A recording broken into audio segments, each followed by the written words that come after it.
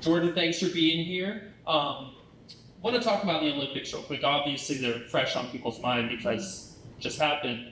Over a decade removed from yourself being in the Olympics, how do you kind of look back at that now and being so far removed? It's weird. It's weird to watch because on one hand it feels just like yesterday, on the other hand it feels like forever ago. Because I'm in such a different phase of life now. But I love that every 4 years the entire world gets so excited about the sport of gymnastics, and everybody's watching it. Right? It's one of the most popular Olympic sports, and I watch the girls compete, and I know what it takes to get there in the first place, and I know the level of pressure and intensity and just the weight that you feel when you're competing. I mean, literally the beam is 4 feet off the ground, 4 inches wide. I mean, you're competing out there knowing you're representing the entire country in the Olympic Games. Like, that is a very intense situation. So I know what that feels like, and I'm just the biggest cheerleader of all of our gymnasts that are competing representing Team USA now. I love it. We actually had, she was one of our alternates for our Olympic team this year, is a freshman on the Arkansas team this year. So that was really cool. I mean, on one hand, I was like, I really hope nobody gets injured. On the other hand, I was like, if someone gets hurt, she gets to go in and compete. So that was a weird feeling, but I'm just the biggest cheerleader of them. And honestly, I love that now there's a lot of crossover between college gymnasts and those that are trying for the Olympic team. You have people like Sumi Lee and Jordan Childs who are kind of flipping back and forth between the two worlds, and it's creating a lot of exposure for college gymnastics, I think, that we've ever had before. So you talked on this a little bit ago, but of course you spent time as a volunteer coach under UCLA coach Valerie Condis-Fields, who's a legend in the sport. And you talked about a second ago, you've credited her with just let you do your job with the full exercise. How have you incorporated that into how you coach now? Anything else you maybe learned from her? Yeah. So we called her Miss Val. She coached at UCLA for 29 years, I believe, and won 7 national championships there. I'm going to give a little backstory real quick. So her husband, his name is Bobby Field. He played football here at Arkansas back in the 70s. A lot of people know him as Monster Man. I don't know, there was some big game that he played in, and they nicknamed him Monster Man. So you could throw that out there, and you'll sound pretty knowledgeable about Arkansas football history. But anyway, they actually live here in Fayetteville now, which is so amazing. They both retired from UCLA and wanted to move somewhere else outside of Los Angeles, and they chose to live in Fayetteville. So I'm so blessed to have one of my greatest mentors and friends in Miss Val and Bobby here in Arkansas. But I am so grateful for the time I spent working with her, because she really did allow me to learn so many things. Miss Val was never a gymnast. She really wasn't even a coach before she got the head coaching job at UCLA. She was actually a ballerina. And so the way she thinks about coaching was just so different than anything I had ever known of before. She had an unconventional way of doing things. But it really kind of got me out of my normal gymnastics bubble and allowed me to think about coaching differently. I think that's kind of where my philosophy of really a holistic approach of the student athlete kind of comes from, because she really didn't see them as gymnasts. She saw them as people, athletes, things other than just the gymnastics that they do. And I think I learned from her how to teach life lessons through sport and kind of show those parallels between, hey, this is something you're going to approach in the gym and on the competition floor. And guess what? Life is going to be very similar, just a little bit different. You're not wearing a leotard when you encounter it. So I learned a ton from her. Her and I have very different personalities, so naturally our coaching styles are just a little bit different. But being able to have that experience, and I stayed there as volunteer coach for 3 years when I could have gone other places and became an assistant coach somewhere. But I knew I was going to learn the most under her, and she gave me a little bit more free reign to just do things. And so that's why I ended up staying at UCLA for those years as volunteer.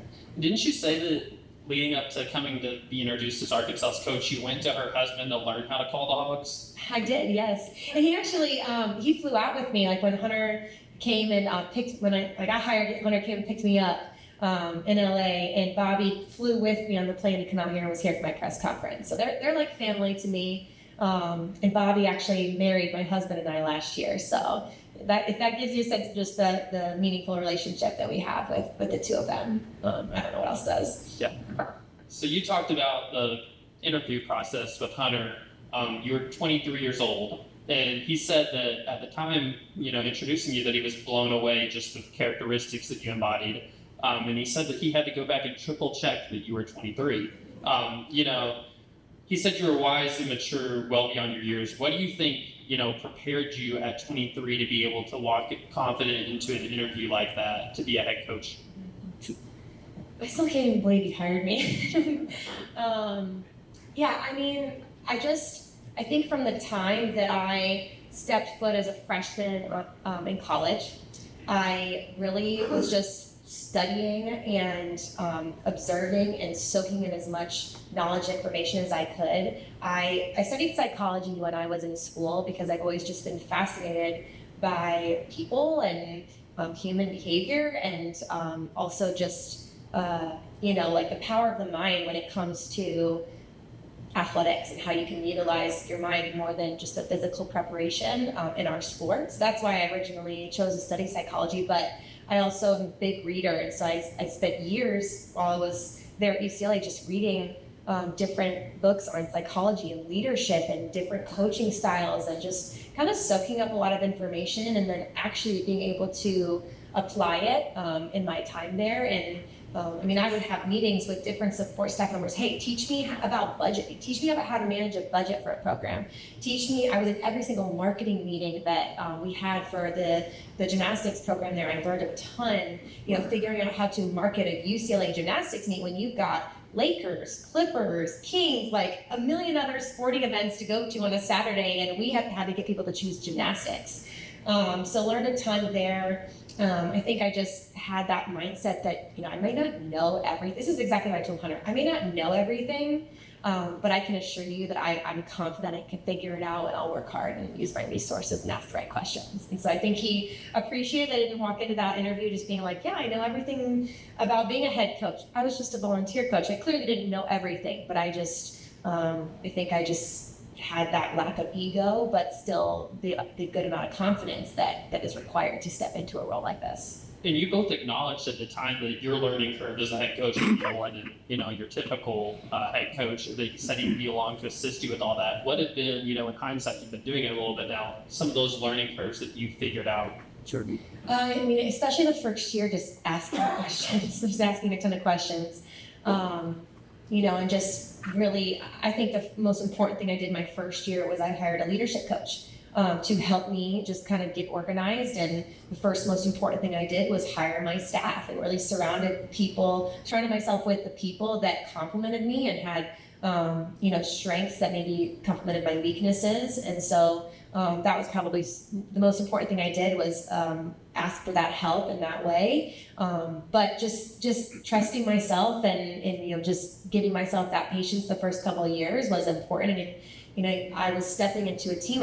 You can think of it kind of like I adopted this team that I didn't recruit. And so a lot of it was trying to gain their trust and buy-in. I didn't recruit any of them, so they signed up for something different than what we were giving them. So that took a while just to kind of gain that trust and buy-in. But as we slowly started recruiting our own athletes, we just naturally started to feel that shift of automatic buy-in and belief in who we are as a coaching staff, and that has made such a big difference. But yeah, I think those first couple of years, just asking a lot of questions and having a really great staff around me. My sport administrator at the time was fantastic. We have a different one now because she retired, but both have been amazing.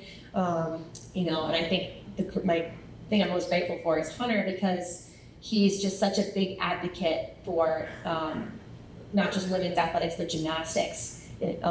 And so I've just been grateful for that, because when you have an athletic director that invests in an Olympic sport that's not revenue producing typically, it makes the biggest difference. I really feel the belief from Hunter and the patience from Hunter, and he has high expectations for me, but not as high as I have for myself. And so we really just mesh well in that way. I think a lot of people came to your meets last season anxiously awaiting whenever y'all got on your floor exercise because that was, what y'all were so good at. When you talk about, I know you coached at UCLA, the floor team, y'all were top ranked then. You know what it takes to have a good floor team. What is that?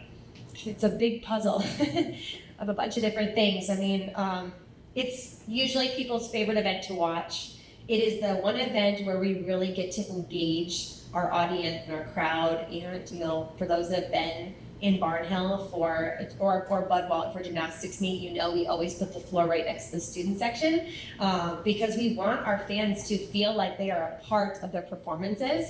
And to be honest, when our athletes are performing outward, meaning they're not just in their own little bubble and only focused on their skills, the gymnastics is usually better. We prepare them in a way where they shouldn't have to do anything different in competition than they do in practice, so they can just sort of be free to perform. And so, floor is one of those events where you've got tumbling, you've got leaps, you've got choreography. It requires an incredible amount of endurance. And I'm not sure if you've ever sprinted for a minute and a half straight. That's basically what it's like. Then imagine flipping your body through the air and landing, and then dancing and smiling and having to perform. It's really hard, which is usually the goal, but it requires a really high amount of endurance. So floor is like a puzzle, kind of putting all those things together, but it really comes down to the training and how we prepare. And my standards are very high for the quality of their training. So if it's not where it needs to be, we keep going, and we demand that level of excellence in practice so that it really comes together. And it's almost, I guess, easy for them in competition. They don't have to think so hard and try so hard. Yeah, I don't sprint for a minute and a half, and if I try to do a front flip, it'll break my neck. Real quick, your outfit choice for the NCAA regional finals in Bud Walton last year. There's a story about your outfit that you wore for that. Yeah, did you find that out, or did someone else tell you that? That's a really specific. I was told by somebody. Wow. Yeah. So the outfit that I wore day 2 regionals when we qualified to nationals was the same outfit I wore when Hunter picked me up on the plane and I flew out for my first day press conference here. And I thought about it a little bit. It was kind of if we make it to nationals, this would be a really cool story kind of thing.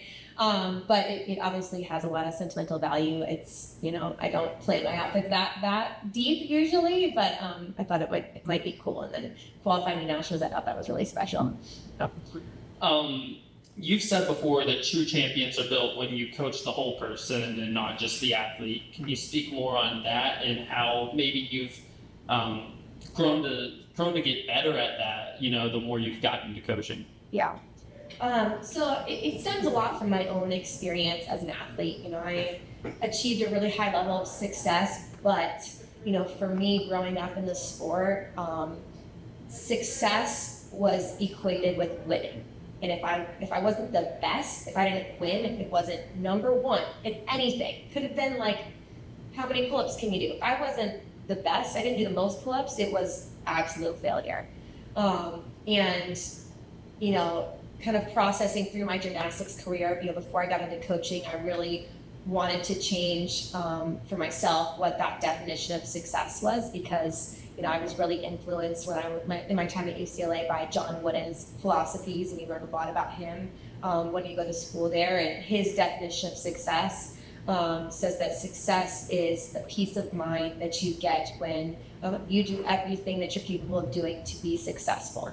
And it's really that feeling. It's not necessarily about achieving it, it's about how you feel.